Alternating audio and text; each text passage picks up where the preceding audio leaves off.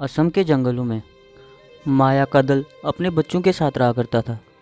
दल की रात की पहरेदारी सिम्हा की हुआ करती थी।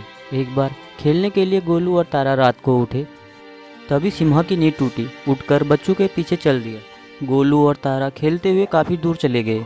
खेलते हुए गोलू की नज़र चीड़ के फल पर पड़ी।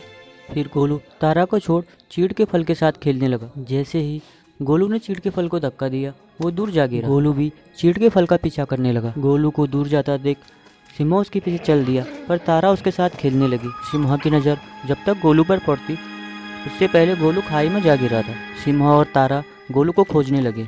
गोलू को बहुत चोटें आई थी। पूरा दल सिम्हा के पास आ गया।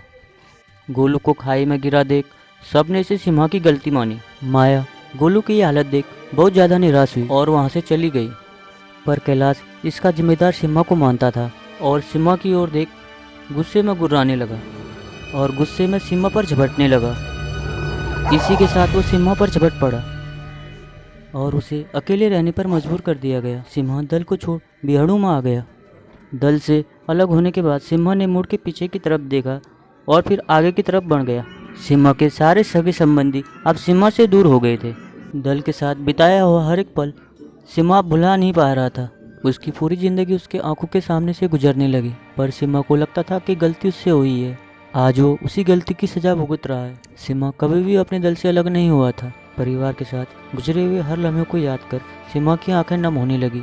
अब यादें ही उसका एकमात्र सहारा थी और इन्हीं यादों के जरिए उसे अपनी पूरी जिंदगी बितानी थी। ठंड बढ़ने लगी और मौसम बदलने लगा। अब धीरे धीरे दिन बदलने लगे।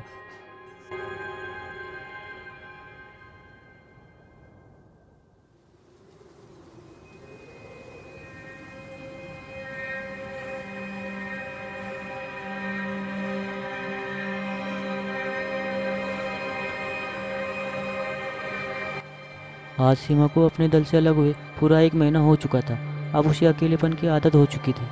कभी कभी अकेलेपन से परेशान होकर सीमा घूमने के लिए निकल जाया करता था, पर इतने समय बाद भी सीमा को उसके यादों ने नहीं छोड़ा था। हर एक रात सीमा को दल की याद आया करती थी और सीमा की आंखें नम हो जाया करती थी।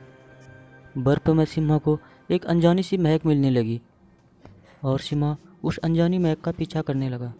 जैसे जैसे सीमा आगे बढ़ता जा रहा था, वो महक भी तेज होती जा रही थी। ये तेज महक सिम्हा को अपनी ओर आकर्षित करने लगी। सिम्हा महक का पीछा करता हुआ टेंट के पास जा पहुंचा। वहां मौजूद हर एक चीज़ का सिम्हा निरीक्षण करता और आगे बढ़ने लगा। सिम्हा कभी दाएं देखता तो कभी बाएं, पर उसे वहां कोई न मिला। अब सिम्हा वहां मौजूद हर एक चीज़ को सूंघने लगा। उसकी जिज्ञासा बढ़ती जा रही थी और निगाहें हर एक चीज़ को टटोल रही थी। अचानक सिम्हा की नज़र वहाँ मौजूद मरे हुए भेड़ियों पर पड़ी। अब सिम्हा जान गया था खतरा आसपास ही मौजूद है और वो गुर्राने लगा और पीछे हटने लगा। तभी गोली की आवाज़ ने उसे चौंकाया। जिस तरफ से आवाज़ आई थी, सिम्हा तेजी से उस तरफ चल दिया। उसने भागते हुए भेड़ियों को देखा। सिम्हा इन्हें देखते ही पहचान गया।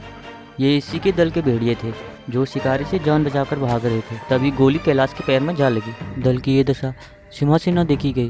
वो तेजी से शिकारी की तरफ बढ़ा और शिकारी पर हमला कर दिया। सिम्हा शिकारी पर बुरी तरह से टूट पड़ा और शिकारी को जगह जगह नोचने लगा। शिकारी ने उसे धक्का देकर दूर कर दिया।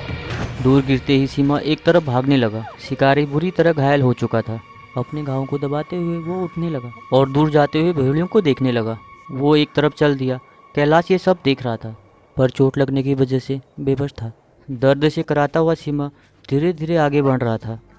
उसने कराते हुए मुड़ के पीछे देखा। तब तक शिकारी ने गन निकाल ली थी। इधर सिम्हा गुर्राने लगता, उधर शिकारी के हाथ ट्रिगर में तेजी से कसने लगे। जैसे ही शिकारी ने सिम्हा की तरफ बंदूक तानी, उसे खोखली बर्फ का एहसास हुआ, पर देर हो चुकी थी। सिम्हा उसकी तरफ कूद चुका था। बर्फ तोड़कर दोनों नदी में जा गिरे। बर्फीले पानी में सिम्हा शिकारी से पीछा छुड़ा के तेजी से ऊपर की ओर बढ़ने लगा। खून सुखा देने वाले इस बर्फीले पानी में सिम्हा के हाथ पैर ठंडे पड़ने लगे और उसकी आंखें बंद होने लगी। पर उसके दल ने सिम्हा को बचा लिया था। सब लोग नम आंखों से सिम्हा की तरफ देखने लगे। तभी गोलू माया को छोड़कर तेजी से सिम्हा की तरफ बढ़ने लगा। सिम्हा के पास पहुंचकर गोलू उसे उठाने की कोशिश करने लगा। इसी के साथ गोलू की मेहनत रंग लाई और सिम्हा की आंख खुल गई। गोलू बार बार गुर्राकर सिम्हा का हौसला बढ़ाने लगा। सिम्हा अपनी पूरी ताकत लगा के उठ खड़ा हुआ। ये दल का प्यारी था जिसने सिम्हा को उठने पर मजबूर कर दिया। इसी के साथ पूरे दल ने खुशी से सिम्हा को अपना लिया। सिम्हा को अपना खोया हुआ परिवार फिर से मिल गया।